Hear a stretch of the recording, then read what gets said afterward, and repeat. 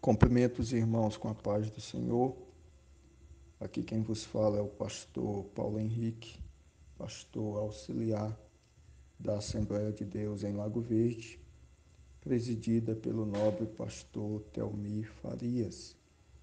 Em nome da Comissão de Educação e Cultura, quero cumprimentar o pastor Rosivaldo, coordenador da mesma, como também o nosso pastor presidente da nossa magna convenção, pastor Francisco Soares Raposo Filho.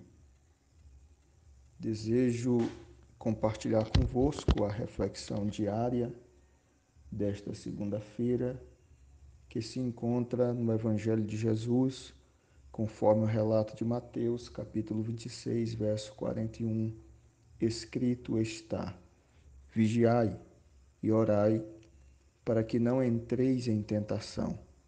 Na verdade, o espírito está pronto, mas a carne é fraca.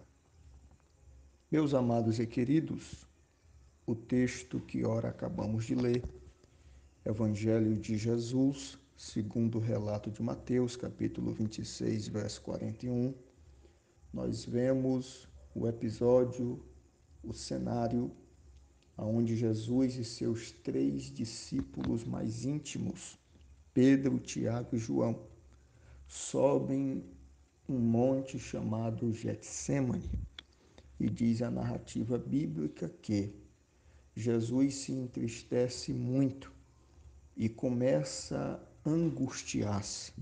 Isso mesmo que você ouviu. Jesus está sob uma profunda tristeza e sob uma profunda angústia e diz aos seus discípulos: a minha alma está angustiada até a morte. Vale mencionar que a angústia de Jesus, a tristeza de Jesus relatada no monte chamado Getsêmani, se dava por conta da condenação, por conta da maldição de nossos pecados que cairia sobre ele. Como dissera o profeta messiânico no livro que leva o seu nome, Isaías capítulo 53, que o castigo que nos traz a paz estava sobre ele e pelas suas pisaduras fomos sarados. E a ordem de Jesus aos seus discípulos foi: ficai comigo e vigiai. Escute, em contrapartida à ordem de Jesus, no versículo 40 do capítulo 26 de Mateus, diz o texto sagrado que Jesus encontra seus discípulos dormindo. Isso mesmo que você ouviu. Jesus encontra seus discípulos dormindo. E no versículo 41, Jesus exorta os discípulos dizendo: vigiai e orai, para que não entreis em tentação. Na verdade, o espírito está pronto, mas a carne é fraca. Nós vemos aqui nesse texto sagrado, especificamente neste versículo, 2 ferramentas poderosas da vida cristã.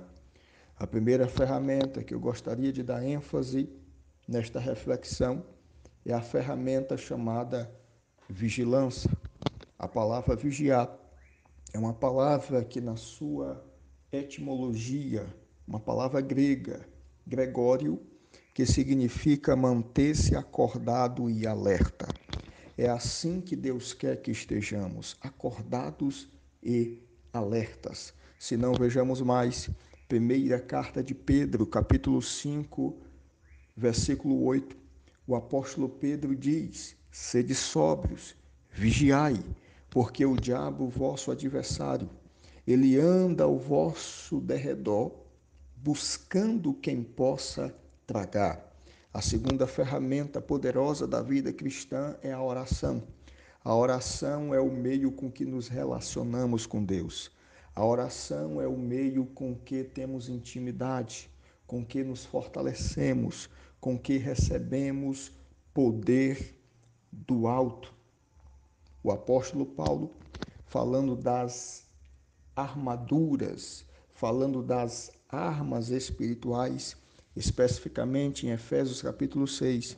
Ele encerra no versículo 18 falando da arma poderosa chamada oração, quando ele diz: orando em todo tempo. A nossa reflexão, ela faz menção também da fragilidade da carne, falando da fragilidade do homem, falando da natureza do homem e da inclinação que o homem tem ao pecado. Jesus disse: o espírito está pronto, mas a carne é fraca. E para triunfarmos sobre a carne, para vencermos a carne, é necessário que vivamos em vigilância e em constante oração. Eu quero encerrar minhas palavras com as palavras do apóstolo Paulo na primeira carta aos Tessalonicenses, capítulo 5, verso 17, quando ele diz: orai sem cessar. Que Deus em Cristo vos abençoe. Participe da EBD neste domingo.